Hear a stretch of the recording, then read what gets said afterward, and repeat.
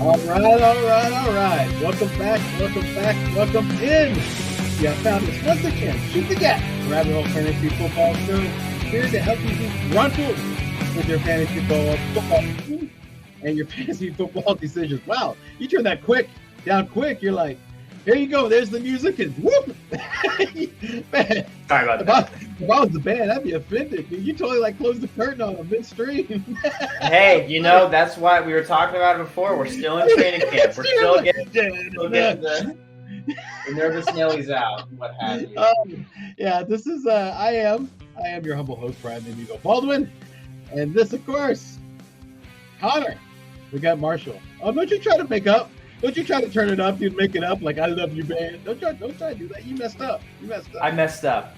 Yeah. I'm in training camp, coach. I'm learning the plays. Yes, there's a miscommunication with the offense. I thought I was going one way, he thought I was going the other, but hey, we made it. We're here. The gut, three-time champ. We didn't talk about this a lot. I won a championship last year. I've won 3 times now. I've won as many times as Brian.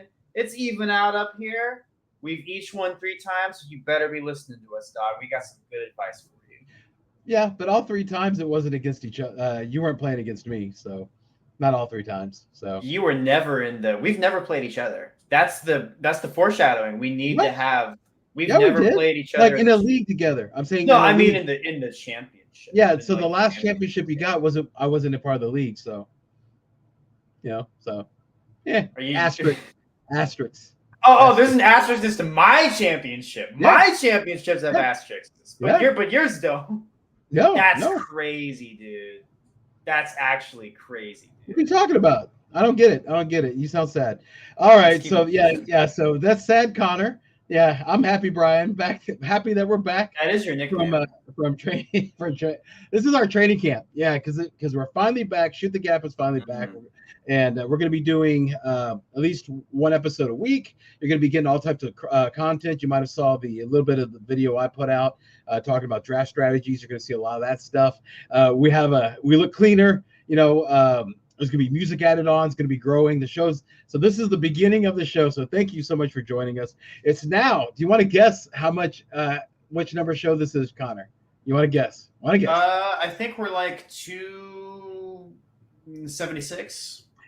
It's our 187th show. No, not far. I'm about 100 off. Yeah, no, dude. If this is Price is Right, you're the guy they laugh at. Yeah, August the 4th. Yeah, in this hopeful year of our Lord. And man, we have a great show for you today. Yeah, like I said, we are back. The 2024 NFL season has started, sort of, with the Hall of Fame game on Thursday. So, it's kind of good enough. It's like beer. But today we're going to get right into it and discuss some strategies for your upcoming fantasy football drafts. And you can decide which one you like. But let's play one of my favorite games. Let's introduce this thing on the way it's supposed to go. All right.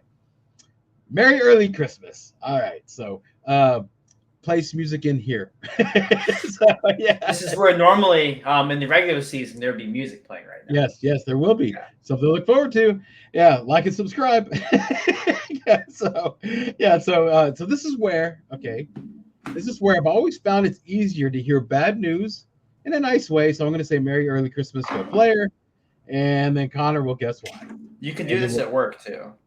If you're firing someone, tell them Merry early Christmas. You got to do and Merry early Christmas to the person you're hiring. And they'll say, who's that person? Well, this is the reason why. Okay, all right. Let's get started. Merry early Christmas, Connor. Merry early Christmas, Jerome Ford. Because Deontay Foreman got injured and had to get taken out of training camp in a helicopter. Yes. Scary play on a return punt. Now, Deontay Foreman is the reason why it all kind of – it's not only Deontay Foreman, but also Nick Chubb started off the training camp on the PUP list. And so basically he's probably not going to be good to go to at least at the very best. What do you think? Half season? What's your prognosis on Nick Chubb? Look, I'm going to be honest, dudes. I think it's a coin flip because Nick Chubb is that dude, and he has already recovered from an injury like this. When that did happen last year, it took him like a year. So, yeah, probably second half kind of shit. Honestly, what I'm thinking though is it's like Kareem Hunt is still on the Browns, right? Nope. Oh well, they might sign him again. They might sign him back because it's Jerome Ford and Nick Chubb at this point. Mm. Yeah, and that's I guess you could say. I mean, there's other guys, but maybe you might see a. Yeah, but a lot of times teams go back with a guy they've No, had no, no, no. before. So okay, Just so look at what let's the say Cowboys did. so finish your thought. So they signed Kareem Hunt. I don't think Nick Chubb is going to be back to Nick Chubb form in this season. 2025, or is it the season that he'll Yeah, be back? I think he might. He's a good like playoff push kind of guy. If you want to draft Jerome Ford, then you draft Nick Chubb as the handcuff because Jerome Ford's going to give you like early like points, right? And then maybe Nick Chubb he helps you in your championship run kind of thing. 10-man league, 10-man league. No keepers, just normal. Two wide receivers, two running backs, tight end, flex. Just normal standard league. What No round? PPR. Yeah, full PPR. Thank you. Full PPR. What round would you put Nick Chubb in? 9. Okay, all right. That's where I see him going right now, and I think it's a good value. Okay. Merry early Christmas, Marshawn Lloyd.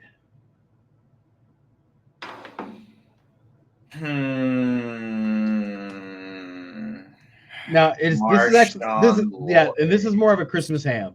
All right, this is more of a Christmas I want ham. to try to figure this out. Is this because Jaden Reed is injured? Interesting. Green Bay Packers running back Josh Jacobs, missed practice due to a groin injury. Now he's the reason why. Now that's a false flag. Okay, that's because Josh Jacobs is getting laid so much. Okay, well, he's got a sore groin from fucking all the new bitches. Wow, I didn't know they were like that. Loose women up there, and oh yeah, they get after it in the Midwest, dude. Wow.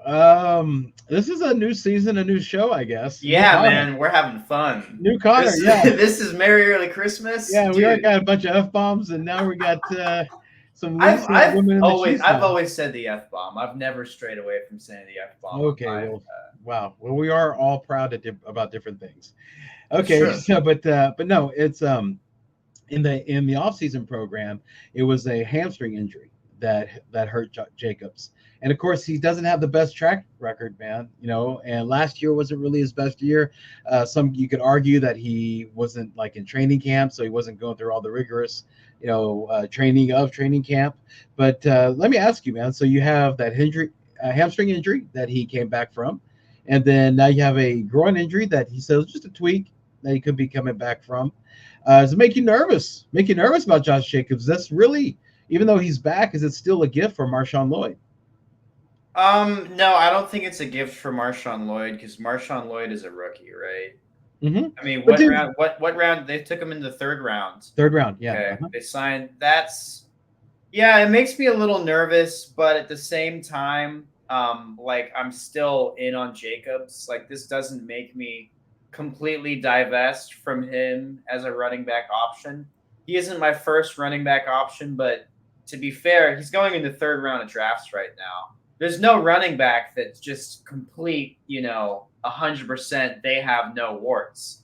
This is whenever you start having some warts on the options at the position, and you have to take your chances because some of these guys, they're probably not going to pan out, but some of them are, and you don't always know who. Josh Jacobs is on a good team. He's got a better offensive line than he had last year. He's got a better coach. He's got a better quarterback. And he's got better wide receivers. I know that sounds like maybe not better wide receivers, but he's got a better offense overall. So there's definitely a pathway for him to have his best season yet. Okay, that's great. But is that going to prevent injury, especially in that cold, frozen tundra? That's not good on an oft injured player. So I agree with you. I definitely, and I did admit I feel nervous. Like I said, I'm not saying no to him if the price is right. Okay. Kind of thing. Throwback. In other words, you're saying that this news is not discouraging you. Where I would be a little more discourages you enough to not take him. Well, it's one of these things where if you take him and he's a good value, because you're going to see as we talk about drafts how my draft strategy is. So there is an opportunity in a moment where Okay. Josh Jacobs would be on the top of my board and I would grab him. But my whole point, I guess, of bringing this up is that he's already shown that he's some injuries, and also the only other running back on the roster is AJ Dillon. We already know that he can't handle He the load. sucks.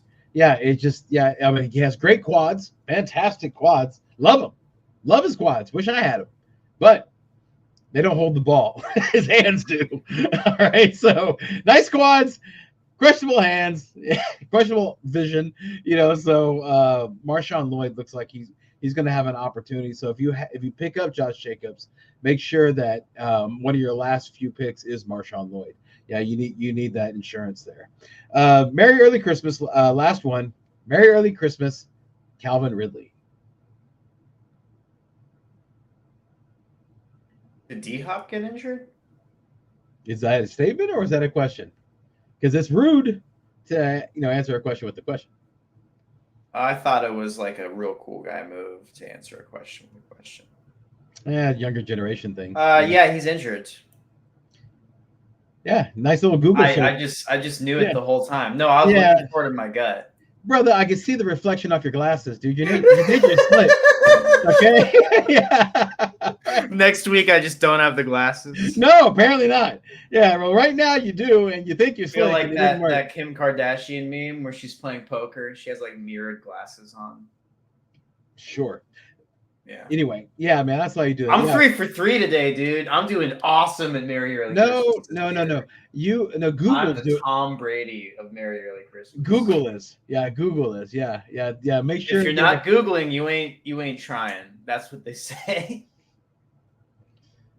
All right, Brian. Yeah. Every team Googles. We're just not a West Coast or East Coast market, so the bias is against us. Wow. All right, fun. Nice, man. Titans, wide receiver DeAndre Hopkins went down in training camp, and dude, knee injury. He'll be out somewhere between 4 to 6 weeks. That's not good. He's old. Yeah. Whenever you're old and your knees start getting fucked up, that's not good. Yeah. Actually, I think I might have skipped one out also. Yeah, I did skip one. So I lied. This one, there's another one. Yeah, so 5 weeks, man. 5 weeks until the start. Right now is the recording of today. It's like 5 weeks till the start of the season. His diagnosis is somewhere between 4 to 6 weeks. He doesn't need surgery. But, dude, yeah, I think so. Does this give? Let me ask you, okay? I mean, with Hopkins, but let me go and finish it. With Hopkins out, there's a huge gift. I mean, just actually a fantastic gift of being the first look for a gunslinging quarterback, man. And I know it's weird to hear something other than thinking about Will Levis. He would give you a bad taste in your mouth. But last season, his first game was on October 29th, which is pretty much mid-season, right before Halloween.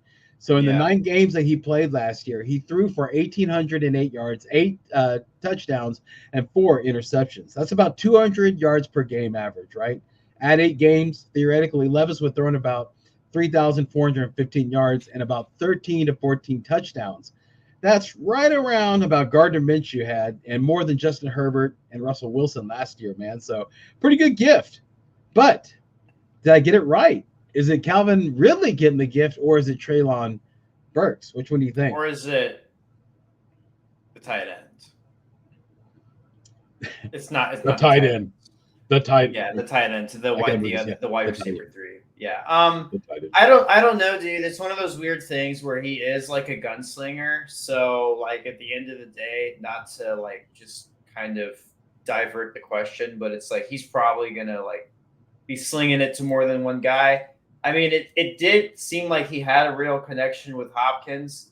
It kind of depends on what he favors. Honestly, I don't know that much about Will Levis, but what I do know is D-Hop and Calvin Ridley are 2 different like wide receiver archetypes, right? D-Hop is the possession guy, Calvin Ridley's the speedster.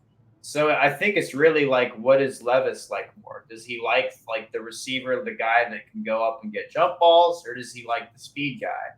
Gunslingers tend to like contested catch dudes. So I don't think that D-Hop is – it really comes down to how does D-Hop respond from this injury? Does he come back and like it's just you can tell like that's it? Like they're trying to put duct tape on a tire at this point, or is it one of those things where he comes back and just same old D Hop? Because he looked like he still had it last year. So we can agree that he's not going to start the year off. If he does start off playing, he's not going to be healthy, right? D We can Hop. agree to that. Yeah. Yeah, he'll probably be a little gimpy. He'll probably take Okay. him a week Okay. or two. Okay. So, does this news move Calvin Ridley up in your rankings? I mean, I think it moves him up a little bit, but honestly, this offense is one that, like, if I want a piece of it, I want Will Levis because of the value. I don't want Ridley or D Hop because there are things that are so much sexier and so much more valuable and attached to so much more stability, like in those rounds, because they're going in like around like the 7th to the 9th. Like, there's I'd rather have Nick Chubb than Calvin Ridley on my Okay. team. Okay. All right. I'm on. I don't agree. I don't agree. Yeah, I think that this is I think it's great news for Treylon Burks because I think he has a chance to get on the field now, and he's definitely practicing now. So if he's going to be the replacement for AJ Brown, which the Titans touted him to be when they traded AJ Brown draft night. Yeah, I think that was just a bad decision. Well, that was like supposed to be who his comp was. I mean, dude, we went through it. We talked about it on the show years, whenever it was happening. But Calvin Ridley has shown the most questionable thing about Calvin Ridley that I in his game of what I saw last year was his hands. I mean, dude, like you saw the drops and the. I didn't actually see the drops. Well, okay. How about I didn't watch a lot of Calvin. The royal you. Yeah, the listeners, okay, or the watchers, viewers, however. But anyway, so if you watch the videos, if you watch the games, you saw the drops. How about that? And the Jacksonville Jaguars seem to agree that he was the problem, or they wouldn't have given Trevor Lawrence such a big contract this offseason. If they thought that was him, the reason why that those balls were not being caught, then they wouldn't have done that, but they did. And they let Ridley walk. Okay, now they did. Now there was a Godfather offer from the Titans. They really wanted him, so he does look. He does on paper look like somebody that they're going to want to use a lot, and he did. As far as like everything other than catching, he looked like Ridley from old. So if he can, if hopefully those nerves or just trying to get into the groove of things, but if he's able to get that catching thing behind him, which is a big problem for a wide receiver if you can't catch. But anyway, if you're able to do that, I think he'd be good. I think I would rather have Ridley other than Nick Chubb because of what you said. Okay, you said that Nick Chubb, when he comes back, if he comes back, he's not going to be 100% until 2025. Ridley, you don't know. You don't know. I mean, with Chubb that you're sitting on your bench. With Chubb, you're gonna have to wait a little bit until he gets into it, right? Because that's a lower extreme injury, so that's going to keep you from exercising. So his cardio is going to be questionable. Things of that sort. It depends. What if the Browns aren't in it? What if they have a real slow start? Yeah, it's just a difference of strategies because the assumption is with Nick Chubb, you can just pop him in your IR, right? Right. Well, that's nice. That's great. Yeah. But really, you can pop into your lineup if he plays off. True. That's true. See, and that's where the difference is. Because in my mind, maybe this is just the way I think. I'm thinking I don't want to bank on starting a guy in like the 8th round in my lineup because I want to have like a good draft. But that's just to each their own. Last one. Merry Early Christmas, Easton Stick. And no, it's not a deodorant. Yeah, I don't know who the fuck this is. You obviously know I don't know who this is. I'm not even gonna try to Google this one. Okay. All right, your thumbs on onto it. You pulled the thumb muscle looking up D-Hop. Gotcha. All right. So after a hot start in training camp, words coming out that he was gelling well with his wide receivers. Los Angeles Chargers quarterback Justin Herbert will be out likely the rest of training camp as he deals with plantar fascia in his right foot. Oh, okay. So, yeah, so you're talking about is the backup Chargers quarterback worth anything? Is He's that the Easton Stick. conversation? Well, it's more no, no. The conversation. Remember, it's Merry Early Christmas, so it's giving bad Okay. news, which is Justin Herbert hasn't planted our five That's the campaign. actual, yeah. Yeah, This is yeah, terrible. This is yeah, terrible news. yeah. I mean, dude. So I looked it up, man, and the normal recovery time for that injury is somewhere around 6 weeks. Again, we're about 5 weeks away. 6 weeks is the recovery time. Again, just like Nick Chubb, you can't run on it. Your cardio is going to be down. Plus, he has a whole new system, whole new coach, head coach, whole new offensive coordinator, which all signs show that he wants to run.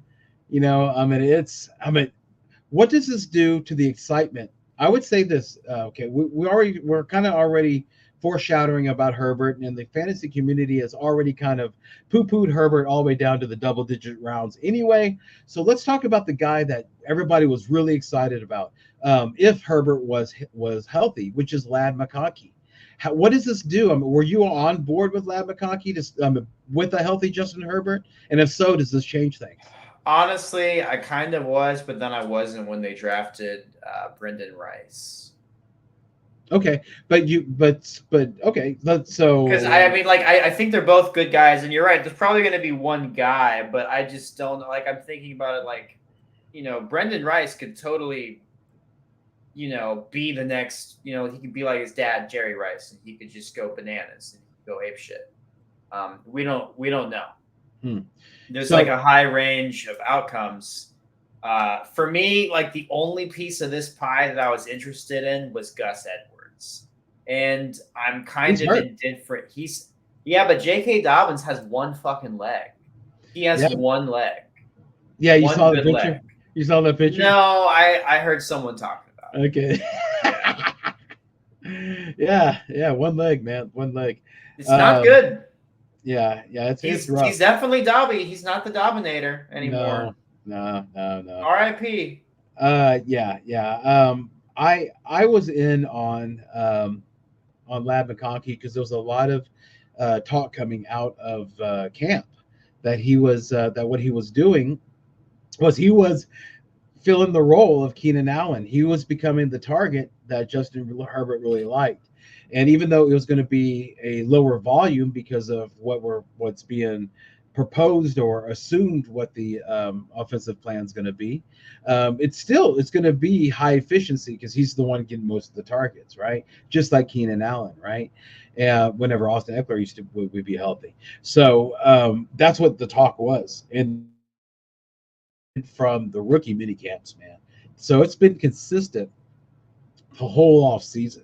So I was excited about it, but now with Herbert out, that makes me scared because here's the thing, man. Okay, it's in my opinion. I've watched Easton Stick play. You forgot what he looks like. I had Herbert, and so last year, so I watched how Easton Stick played. That's why you don't know him, dude. There's a reason why you don't know his ass, right? But Because he's bad. he's not gonna make Lab. He couldn't make. He barely made Keenan Allen somewhat relevant. Those Wasn't are the those, Chargers team the team that let the Raiders score like 60 points on Thursday Night no, Football last year? no, I think it was the. I want to say that was the Broncos and Miami. They allowed Miami to score. No, they did that on a Sunday game. I'm talking about there was a really high scoring Okay. game. Maybe it wasn't the Seahawks. No, I'm sorry. I'm totally what's the word? Detracting from the conversation. Let's get back on track. Once you put the glasses back on, you were doing better with the glasses I back was on. doing better with Yeah, the try that. glasses. Yeah, you're Yeah, right. yeah. Once you put those back on, once you go and do that, yeah. Your secret might be given away, but you seem to see things better. Okay, so I don't there think we it's go, man. that. I think it's like my smelling. It's my smelling and my hearing that get better. Oh, sure. Anyway, okay. The point is that I was excited about him. I'm putting a pause. My feeling is that Lad McConkey could still be good. Justin Herbert could still be good too. But again, we're talking about the draft. We're not talking about the season, giving up on them in the season. You'll probably hear start when we start talking about waiver wire pickups, things of that sort. But the point is that the dude's going to be on the waiver wire. So why waste a draft spot for him whenever he's going to come to fruition? Then he'll be there waiting for you. You just got to get there a little early, so or either a little early or put out the most fab, whatever which way you do, which is cool, whatever is good with you. We're no waiver wire, at least the league that Connor and I are in. So it's just the fastest to get to it. But if you're I used to be pro no waiver wire, but I'm more nuanced now. I think there's a spectrum. Waiver wire. Okay, I don't like waiver wire because to me, and I stands true on this, is that it is it's like a breadline. It's communist. Everybody gets a turn. Everybody gets a try. Now I'm talking about waiver wire that is that's prioritized by how or you have to stand in line. Okay, I'm not talking about fab. Fab is probably one of the most American ways you could do waiver wire if you have I think fab is actually okay. I'm pro fab. But if you think about it, the American way is the fastest and the most prepared is the one that's rewarded. Okay, you are not rewarded that way if you're in the breadline waiver wire. So if that's the choices between those two, man, I'm always no waiver wire, because as soon as you get the information, you're able to react on it, and it makes all the players stay on top of everything. So, but fab is, I understand fab, what that is, or how. Well, Connor, explain to people that maybe they might not know what fab is. Yeah, it's super easy. You just have a weekly budget, and then you have a certain amount of money that you can spend on a pickup, and whoever bids the most for the player that week gets the guy. So let's say like last week, Puka, right? Puka probably wasn't drafted in your league, and then someone picked him up. You have like up to $100 you can spend. Someone might have spent $80 to get Puka, and you're thinking, oh, that's crazy, but hey, it ended up working out for him. Yeah, there's a whole different strategy behind that, and I have nothing negative to say about that particular approach. I really don't. Yes, but as far as the breadline, where like you go, I go, then they go, and then we come back, so it all thing you be fair, and the person with the worst record gets the first pick. That's breadline. That's communist junk. But and that's where I would say no waiver wire is the American way. But whatever which way you want to go, I'd still no waiver wire. I'd prove that. I would like that over fab, but I'm not anti-fab in any stretch of the imagination. All right, man. Let's go ahead and let's jump into some draft strategies. Let's go ahead and talk about that. Okay. So basically, again, this is the training camp for all of us. All right. So everything's getting started. We're all getting going. We're getting our juices flowing, right? For most of us, we are under a month till your draft, but you still got a couple of weeks, so everything's cool. And the reason for this show is to go and discuss different viewpoints to help you choose which is best for you. We're not a gospel type show. What I mean by that is we're not like, this is the way you do it, and you're stupid if you don't. You're going to hell, fantasy hell if you don't. No, it's nothing like that. Or this route's going to win your league, so make sure you do this. No, we're not like that. Okay. But we have both won our leagues 3 times, and some of them, might have had asterisks, but some don't. So you should listen to us. No, I have 3 in a row. Yeah, and there is no asterisk. Yeah. I don't get it. Yeah, I don't get it. Sure. You're right. You're right. I don't get it. I'm just saying that you didn't win it against me. So I never had to share my championship with anyone. Hey, man. That's the right thing to do. I never had to have a league change a rule for me to get into the playoffs to win one. Dude, that was all voted on. I don't see what the problem is. No, you're right. No asterisks. No, thank you. I am right. Thank you. Oh yeah, I'm being. I am. I'm not crossing my fingers right now. But yeah, man, there's a lot of good strategies. There's a lot of different ways, and we do handle it better than other shows. I think 2 of the biggest things that I've learned is that I think I get too like, oh, I need to have this guy and I need to have that guy, like, and I can't win unless I have those guys. So I need to like super overpay for those guys, no matter what. Like Josh Allen, for example. Well, but that it is fantasy football. So there's an aspect in the draft on two ways of looking at it. 1, a guy you want, and 2, a guy you don't want to play against. Okay? Yeah. like Josh Allen.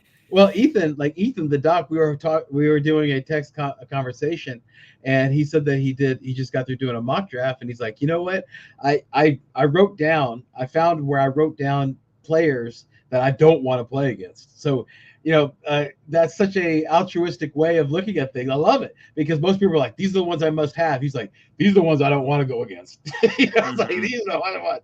And so it's a great way of looking at things. I thought it was really interesting. It's not going to help you this year for preparing for a draft, but it's a good thing to think about to do for next year. But yeah, no, there are a lot of like fancy terms, hero wide receiver, hero running back, good strong on the onesies, type of thing. And Let's get strong on the onesies. That's the new one. The onesie positions are the quarterback and the tight end. Oh, get a strong quarterback and tight. Yeah. I'm a big believer of get strong on the onesies.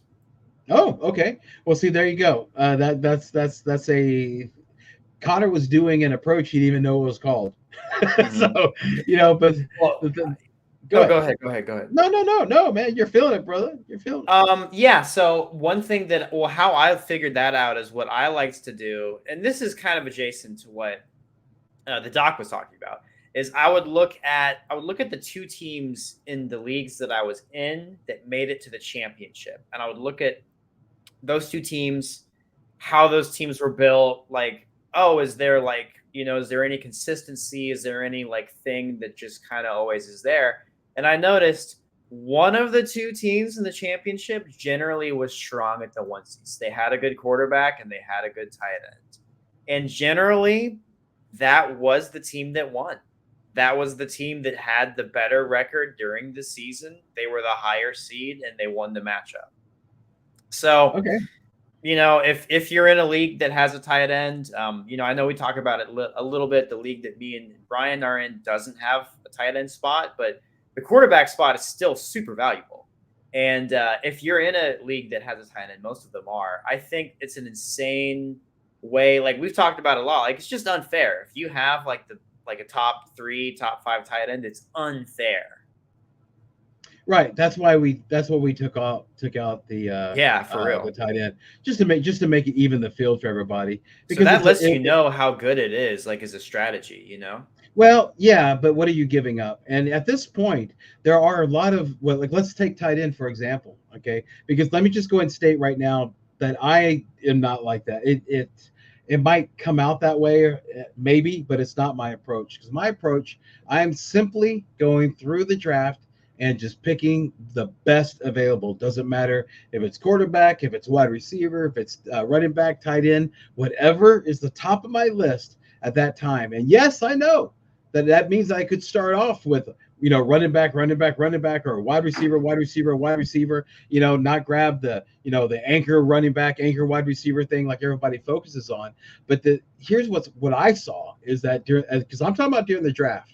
Now, what Connor is talking about, is the end of the season, and I know that with me, and again, I'm looking at the way that I play the game. Most of the time, the way that my roster looks at the end of the year is not the same as the beginning of the year. Okay, so what I'm trying to do, and I'm not trying to say what Connor is doing is wrong. Okay, because again, this whole thing is not to say this is right, this is wrong. We're just looking at everything. We're branding, yeah, right, yeah. We're branding the brand. So if that's what works for Connor and that's the way he plays the game, then great. That's the whole point. It's what plays the game. The way that I play the game, I'd rather go ahead and just get the best available because to me, the draft is exactly what it is. It's a talent grab. It's eat, hungry hippo type thing, right? That's what you're trying to do, right? And so if it turns out that it is a quarterback, top tight end, then that's the way it works out.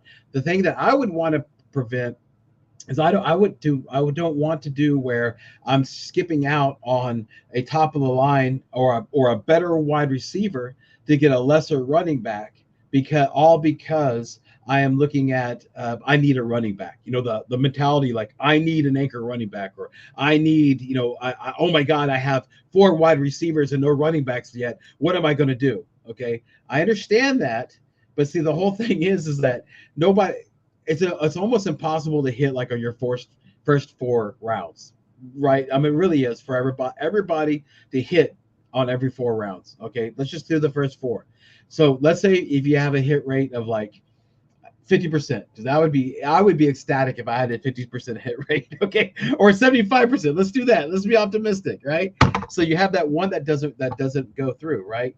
Well, then you already have like let's say if it's the wide receiver, like you go wide receiver, wide receiver, wide receiver, wide receiver. Well, you have that one that doesn't hit. You have one down here that's going to hit, or later on down the line because you've built up your wide receiver so much that you can put it in. It's just a talent grab thing. Okay, you're trying to grab as many people as you can so you can be as prepared as possible, and then you start messing with the starting lineups because you're going to see.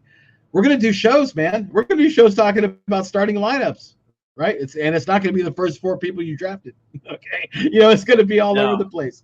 Yeah, yeah. So, but with Connor, like the approach that Connor's talking about is it can work. My whole focus, the way that I'm looking at it, is to try to do that. So anytime that we're talking about draft strategies, I'm always looking at it in that viewpoint because it's something different. I'm not trying to say that I've won championships on everybody. What I have done is that I've looked at how I drafted and I saw my mistakes, and this is a way I think I can fix my mistakes. And I'm I'm hoping really that excited. I think you're gonna have one of your best drafts yet. it's going to be fun. It's going to be fun It'll be because fun. what happened last time, Connor? I had like Last all year, yeah, last year. yeah. And you talked about this too, Connor, about, in fact, I'll give it to you. I'll let you explain the dangers of over mocking. Why don't you explain that Yeah, to the people? yeah, 1,000. Yeah, thank you, Ryan. So Mhm. yeah, I think, and I've done like maybe like 15 mocks this year, and I never stayed till the end. I think I've stayed till the end till like two or three. You're Mr. Auto Draft. Yeah, Boo! yeah. Boo me. Your boos mean nothing to me. So I do think that overdrafting is like an issue because you get like mock drafts are so much different than real drafts that you get this like false sense of like what it's supposed to be and what's supposed to happen. And you like whenever a real draft happens and someone picks a kicker in the fourth round, you start panicking. And shit, maybe someone picks quarterbacks back to back or just something crazy, like crazy That stuff happened like last that happen. season. That That both of happened those last things season. happened last season. Yeah, yeah, yeah. Yeah, it's fucking crazy, dude. And there's something about coming into the actual draft you know, without any real preparation that helps you stay loose because you're not worried about the fact that it's going so much differently than the hours and hours, maybe for some people, hundreds of hours of preparation that you have spent on this thing. Because that fucks you up because now you got reps that are making your mind go a different way. Yeah, yeah. That's true right there. But Connor, you have a notebook close to you, right? Mm-hmm. Lift it up real quick. Just lift it up real quick. Lift up I that have to notebook. close it. I have to close it. Yeah, close it, close it, I close don't it. want Just the camera to see. no, no, no, no. Yeah. That. Okay, put it down. Go and put it down. All right. That is what you do to prepare. Okay, not mock drafts. And exactly what Connor was saying. Let me close this so the camera doesn't see my research. Right? He's doing his own research. He has his own rankings. Okay, and it's not, let's go to ESPN or Yahoo or wherever your favorite place to go and click, print ADP or go to Draft Sharks since they have all the ADPs. Let's print Yeah. that. No, go in with your own rankings. That's exactly what we're preaching right now, is that you're doing homework already, okay, because you're watching the show. You're doing homework already because you're doing a bunch of mock drafts. All right, you have an idea of who's going where, what you like, what you don't like. Write down your rankings, and Write then everything down. And like I've said on this show for years, stay water. This is a very like stay water message on this show in terms of like how you draft. I like You bee need to bamboo. write this stuff down. Be bamboo.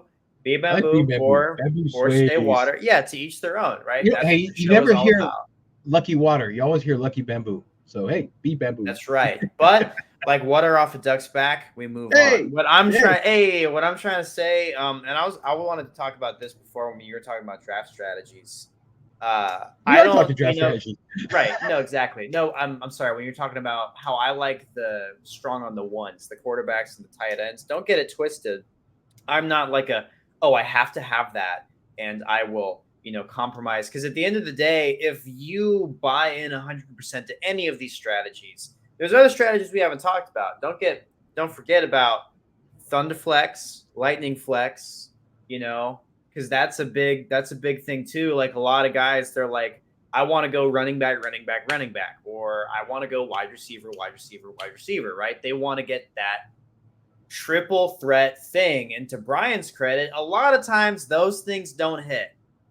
I've gotten burned a lot of times just trying to double up, go running back, running back. I remember one year I fucking drafted David Johnson and Le'Veon Bell on the Jets. And it was some bullshit, dudes. Let's clarify. Okay, we went to a draft party, Connor and I, because we were in the same league. Yeah. And I had to ride home on the draft home or on the way home. Good. I felt so good, dude. I felt home so smart. the ride home from the draft. That was probably the best moment. The ride home from the draft. Now, don't get it twisted. I won that year because I had Lamar Jackson and Mark Andrews. I had the stack. That was the year you won. That's right. I won that. That was 2019. That's right. But my point is, don't go into it. Don't go into the draft with, just like you don't do a bunch of mock drafts, so that messes you up mentally. Don't go into the draft with like a closed mindset. Like I'm going to do this. I'm going to do this strategy. You know what I mean? You need to be mindful of all the strategies, know their worth, know their application, how they work, and then you read the results of what's happening and you play accordingly from there. Right. Yeah, you stay calm the whole time. Yeah, you don't. Because that's what. Take some deep breaths. Put on some music that helps you stay calm. Well, yeah, because that's what happened is that I mocked. I normally mock at least 100 mock drafts a season. More like 200. Yeah, it's a while. Yeah, and so that's what I normally do. And in fact, I think if we're on a different channel, I think you see it StreamYard. But when we were on Discord, my name was Updog because the whole thing was what's up, or no, it was that. And then of course on the actual draft, my name was Down because Connor would ask me, "Hey man, do you want to draft?" I was like, "Mock drafts." Yeah, I'm down because I was doing it all the time. Yeah, but it didn't help. It just confused much more. So and let's talk about the onesie thing. Okay, so the onesie position, and first let's talk about like the tight end and the onesie strong onesie tight ends are like. Would you agree with these, Connor? Would you agree that Sam Laporta, Dalton Kincaid, Mark Andrews, Trey McBride, Travis Kelce? Would say that all those guys are the above average tight ends? Did you mention Kittle? No, I did not. Or was that on purpose? I'm not going to. Yeah, okay. I'm not going to. Kittle. You'll add Kittle? Okay. Yeah, I would add Kittle. I would add Evan Engram. But besides that, I don't think you missed anyone. Okay, but all these guys are ones that the five that I mentioned, like Kittle's not going. Most people aren't picking him within the first five. Kittle's not going in the first five, right? So Kittle and Ingram actually strengthen my argument, which are that if you go too high, you're missing out on these wide receivers, these running backs. You want to get this one strong tight end to make sure that you have that one strong onesie position. Well, you're missing out on Ingram, and you're missing out on Njoku. You're missing out on Pat Freiermuth. You're missing out. These are guys you can get later on.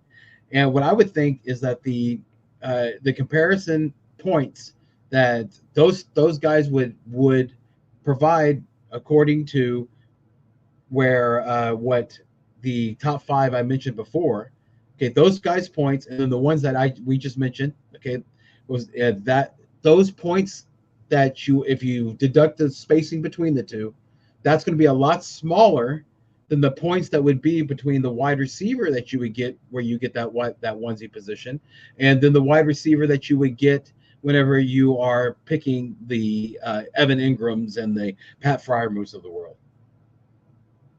That's my point. Well, that's the thing. We got two different sides of this coin because You get I more could go. points. I can go into great detail on why I disagree with pretty much everything that you just said due to the research that I've done this year. I don't want to spend 10 minutes, but just if we want to be really quick, Njoku isn't going to have as good of a year because Deshaun Watson doesn't target the tight ends as much, and they added extra wide receivers.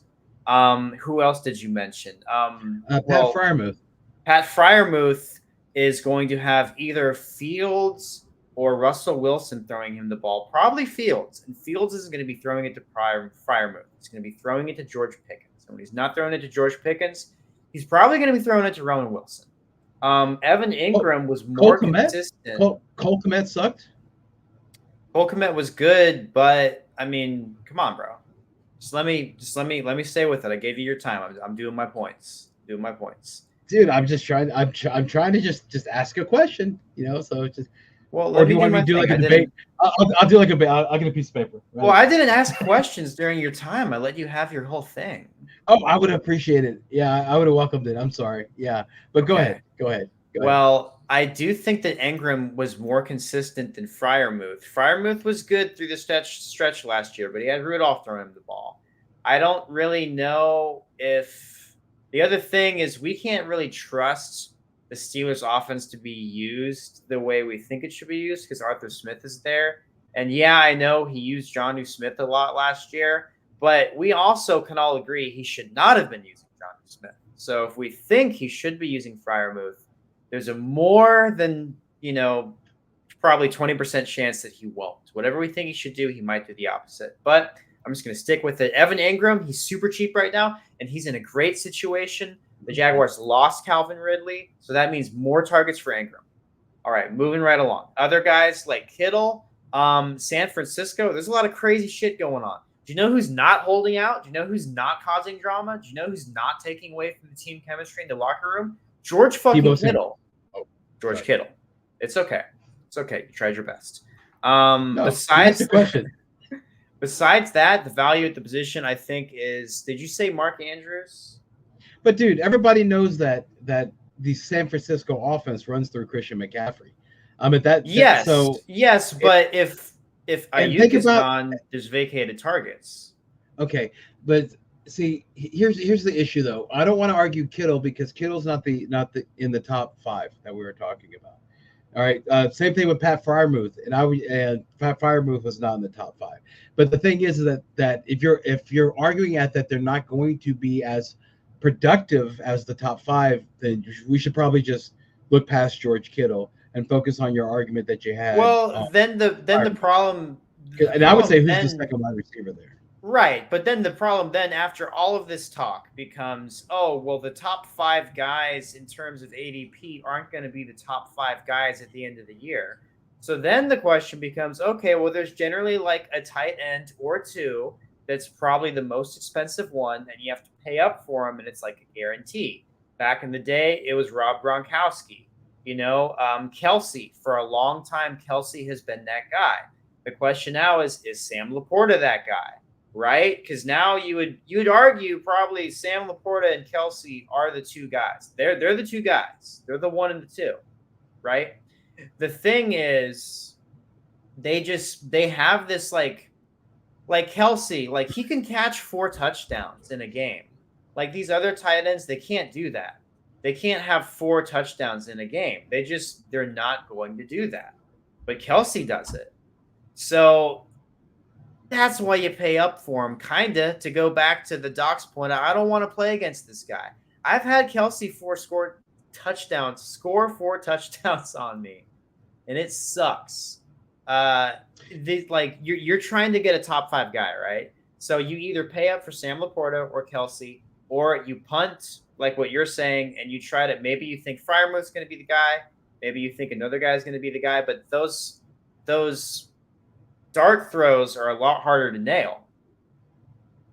My point is that the points difference between the top five guys and the ones like I know, Kittle yeah. and Ingram and I think David Njoku, because there's been a lot of reports that he's actually the most athletic and the best receiver that Watson has, and he's starting to build a chemistry with Watson. So Well, that's great. I hope that yeah, happens. and they're actually able to have a training camp this time, or at least an off season, a productive off season. So Oh yeah, they didn't have that last year. and see, these guys are going to be the points that these guys would make comparable to the ones of the ones, okay, where like the top five we talked about that you're saying that are going to be like, yeah, locks or what have you. That differential, okay, will be smaller than it would be the wide I receiver got that the first time. No, that you should. I understand the concept. I Well, just okay, but from a no, numbers perspective, like I I am totally telling you get from it. a numbers perspective, like the wide Yes, receivers score higher. So from a numbers I perspective, get that. But if you go Brian, too high, most people need a tight end. I know they need a Most tight people end, and, aren't and in a I'm league going under. without I'm tight end. going with this with the understanding of people do need a tight end. I'm telling them that they can wait a couple of rounds, and if they do that, the comparable difference won't be as much between the top five and the lower tight ends, the perceived lower tight ends, than it would be from the top wide receivers or running backs and the lower. Like wherever you would draft the running back and wide receiver, where those lower tight ends are going. I'm just saying that it's a chance for you to get more points. And so that's what this Yes, is. Fantasy football is about getting more points. It doesn't but matter most of if you these get from tight what position. ends, they're going in like Dalton Kincaid. He's like a 7th round pick right now, right? He's pretty inexpensive. I think there's something going on with Dawson Knox right now. He's missing training I've been camp. hearing that. I've been hearing that Dawson Knox is missing training camp. Yeah, he's missing That is some. great news, Yeah, well, dude. but not if for your 80 ADP of Dalton Kincaid, So Well, yeah, you're right. But my point is this: if Dalton Kincaid goes up, Trey McBride is still cheap. We haven't even talked that much about Trey McBride, and I feel like we should be. He did awesome last year. You had him. he's going. I thought he was going pretty high. Yeah, I've heard that his ADP is pretty high.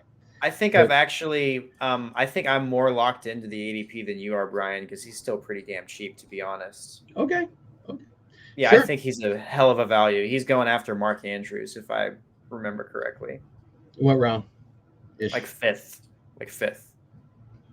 What wide receivers are going around that time? Fucking like George Pickens. Okay. All right. You wanna that's a good line. You wanna roll the dice and put George Pickens in as your flex, or do you want to have Trey McBride as your tight end? Well, I thought that like in the round 5 is like Amari Cooper. I'd love to have Amari Cooper as opposed to Yeah, Trey. that's true. You could get Amari Cooper Okay. too. That's So a good. so that's somebody that I've been looking. I wouldn't even look. I'm not even looking at George Pickens, mainly because of what you said. And I'm being honest with you. I'm just trying to give a perspective on the event, on the situation whenever No, I'm I'm talking wrong. about George that. Pickens would be. It's like Evan Ingram or George Pickens. That would be the line. Okay, so we could do either Trey McBride or Cooper, or then like Calvin Ridley, or like George Pickens or Evan Ingram. That would be a better comp. Okay. Well, see. But here's the thing. This is the crossroads, man. You see the two different strategies. I inherently believe I'm weird. I have these like archaic truths that I just stick to in fantasy football, and it's like an intangible, like there's no numbers to it. There's no reasoning. It's just like I'm just going with my gut. I think it's gonna work. And I've won 3 championships, no asterisks. So obviously it works for some people. But to Brian's point, from a numbers perspective, he is correct. You would be better off punting the position. Unless if you're a Lions fan, you just the third love championship. Laporta. How the fuck is me being in a public league with a waiver wire that you're not in an asterisk? What part of that is an asterisk? If anything, that's harder. Who's playing? I didn't know anyone in that league. Is everybody even playing? It was a money league. It was a $20 buy-in. Dude, there is no asterisk on that. There's not. I'm telling everyone right here, right now. as firm as you are on that is how firm I am. That it's ridiculous to say that I have an asterisk. You know, Okay, it's ridiculous. if I have an asterisk, you have Yeah. multiple. We can either No, I have okay, zero. then okay. I have Okay, zero. okay, sure. And on I that, have we'll leave this. less of one than you do. Sure. Does that give you peace to think that way? Does it? Probably. Good. Then let's do that. All right. So, because it doesn't matter. All right. So, because it says champion on your side, it says champion on my side. So, does it By the way, matter? we don't neither of us have even bought our third ring. We're arguing about Right? championships we don't have proof of. Point is, dude, is that if So you look up the subscribe stats, so we can it afford says to get some. it says champion on your side. If you look up my stats, it says champion on my side, and so that's all that matters, dude. We're just being silly here. All right, so And let's get. both of us have less asterisks than Barack. That's all that Wait, matters. I'm not even. I'm not I'm even. touching that. I'm not poke. Okay, yeah. 2024, I'm planting my flag, baby. Okay. The This gut. this is our training camp, right? This is our training camp. This is where you learn what you do, and you learn what you don't do. And what I'm not going to do is say the word asterisk. Okay, so that is no longer in my vocabulary. So that is done. Asterisk for me, asterisk for you, asterisk for Brock. None. It's all done. We're all good. We're all legitimate. I'll just pick on you. It hit spot. I'm sorry. I apologize. And we're It's going to end just that. factually incorrect. I don't want to lead our We're ending listeners. that just like we're ending the show. All right. Thank you so much, everybody, for watching. If you enjoyed this content, make sure to hit the like and subscribe button. All right. Make sure to click that bell. All right. You know, you'll get a notice. We get all types of new episodes. Connor does, we're going to talk about coming up an interesting draft strategy because he does the auction league. And I would love to go ahead and we're going to spend some time and have Connor talk about the approach on the auction league because that's he loves doing that. So we're going to talk about that. And I'm going to be doing DFS throughout the year. So there, I will be going talking about different lineups and things like that. So you want to make sure and click that bell. You're going to get all types of information. We're going to be putting out more like short. We're going to be putting out shorter, more digestible content this season.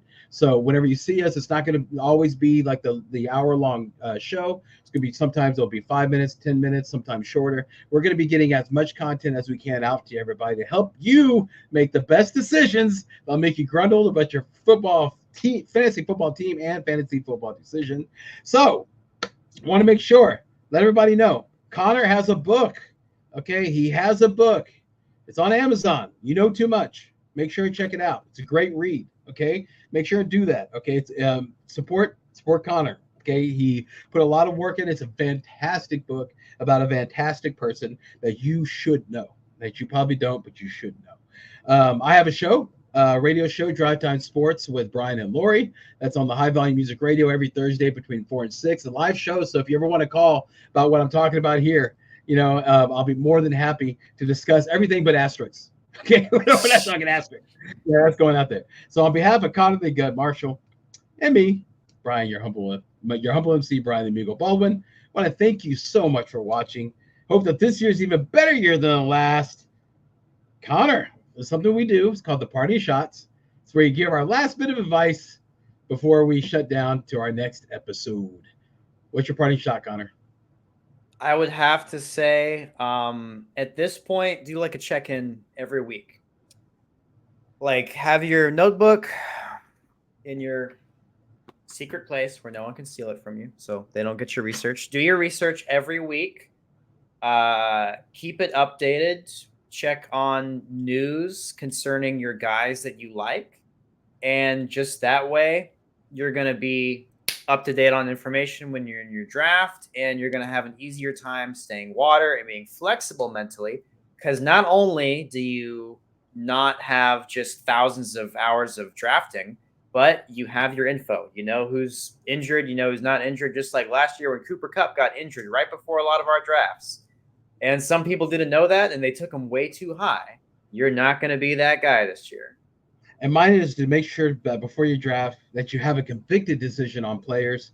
Write them down and stay convicted when you're on the clock. All right, we're going to go ahead and say it with the last line. Connor, finish it, man. Remember, everyone, and fantasy football isn't life. Don't dream it, be it. Be it. All right. Thank you so much for watching. See y'all next time, everybody. What way? We don't know. Sure.